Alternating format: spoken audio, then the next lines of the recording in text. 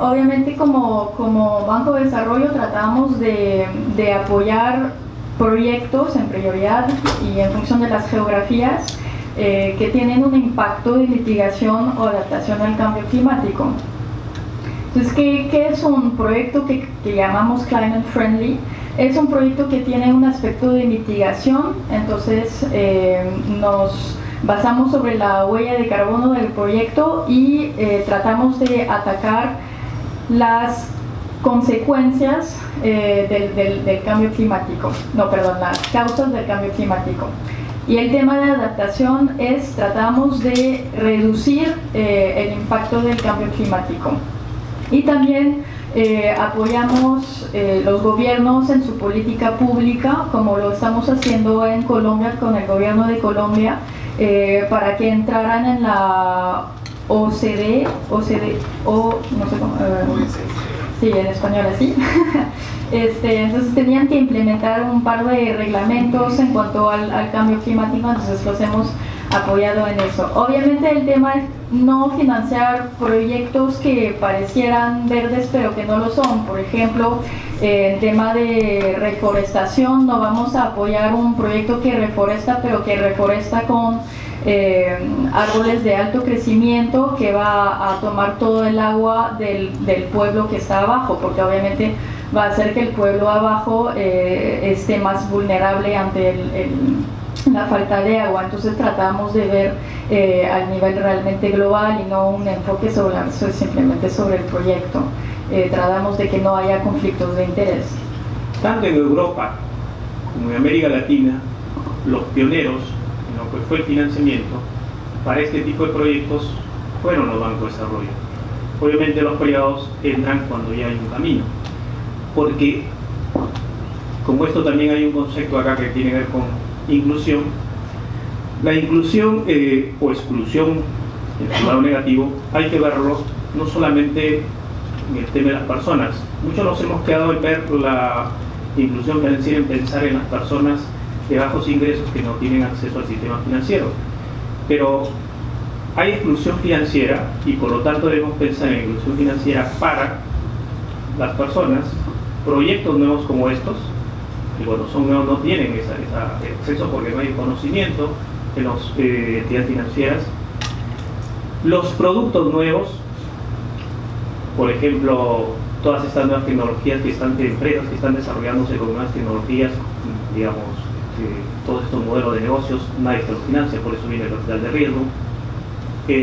Territorios, municipios que no acceden al sistema financiero, que es generalmente la generalidad en América Latina, y hoy se está trabajando mucho en la bancarización de municipios para que tengan acceso a fuentes de financiamiento. Para este tipo de proyectos, obviamente, que tienes que tener recursos que tengan cierta naturaleza y una característica especial. No son los recursos comerciales que encuentras en el mercado y no son tampoco los depósitos de público que captan los bancos que puedas colocarlos en este tipo de proyectos, porque por ahí viene la regulación y te dice no puedes colocarlos ahí o tienes que hacer provisiones de tal magnitud que obviamente te lo hace inviable y por lo tanto afecta la rentabilidad del banco comercial privado, que ya sabemos cuál es su objetivo. Entonces, los recursos tienen que tener una naturaleza especial, y ahí los fondos concesionales, que nos hablaba justamente de la FD. En este caso yo quiero destacar que la Agencia Francesa de Desarrollo y el Banco de Desarrollo Alemán, el KfW, han sido muy importantes en América Latina en lo que es la concesión de financiamientos para este tipo de proyectos a nivel del Banco de Desarrollo, a través de los propios, directamente a los propios gobiernos. La asistencia técnica y el conocimiento que nos han brindado ha sido muy importante en esto. La mayor parte de los bancos que trabajan esto tienen generalmente financiamiento de estas instituciones. Fondos de cooperación, aparte de la cooperación y asistencia técnica, hay unos fondos especiales, por ejemplo, el gobierno danés tiene con Brasil lo que se llama un fondo Amazonia, que es el fondo, en español sería Amazonía, pero los brasileños es Amazonia, el fondo Amazonia, que es justamente para proyectos de conservación de la Amazonía, que no solamente es para Brasil, sino para todos los países que tienen la Amazonía, sino que por desconocimiento los demás países no aplican, no postulan a los fondos de del Fondo Amazonía. Bien, captar. Un reto, una pregunta que podríamos darnos nosotros como auditorio es: ¿cuál es la estrategia que deberíamos de tomar nosotros dentro del sector financiero, dentro del sector empresarial? ¿Cuál es la estrategia que deberíamos de tomar o proponer para que este financiamiento verde tenga mayor penetración? En el caso de la presentación de la Agencia Francesa de Desarrollo por Eleonor nos hablaba de que ellos ya tienen diseñados sistemas de gestión financiera verde. Nos hablaba del sistema de administración de riesgos ambientales y sociales, el SARAS. Nos hablaba de que ellos ya tienen establecidos parámetros para reconocer proyectos climate friendly. Entonces, con eso se les hace más fácil reconocer y dar financiamiento. Además de que ellos nos mencionaban de que tienen, además del fondeo agrícola o del fondeo verde que ellos tienen el fondeo verde amarrado a subsidios que van para la capacitación a las instituciones financieras y también para la capacitación a los productores.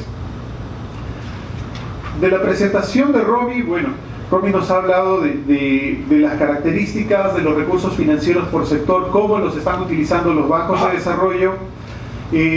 Nos mencionaba de que las finanzas verdes han podido ingresar sobre todo en el sector de energía y transporte porque es tangible el ahorro, se puede medir, se puede ver. Sin embargo, tenemos retos para los otros sectores, cómo poder hacer más accesible ese fondeo. Entonces nos hablaba también de que en Brasil, que podríamos tomar como referencia a Brasil, donde el financiamiento en fuentes de energía renovable ha avanzado mucho. Y dejar como pregunta final, ¿cómo y cuál es la estrategia que deberíamos de tomar nosotros como sistema, dentro del sistema de las instituciones financieras y los productores, para que el fondeo pueda llegar y penetrar hasta donde tiene que llegar? Muchas gracias.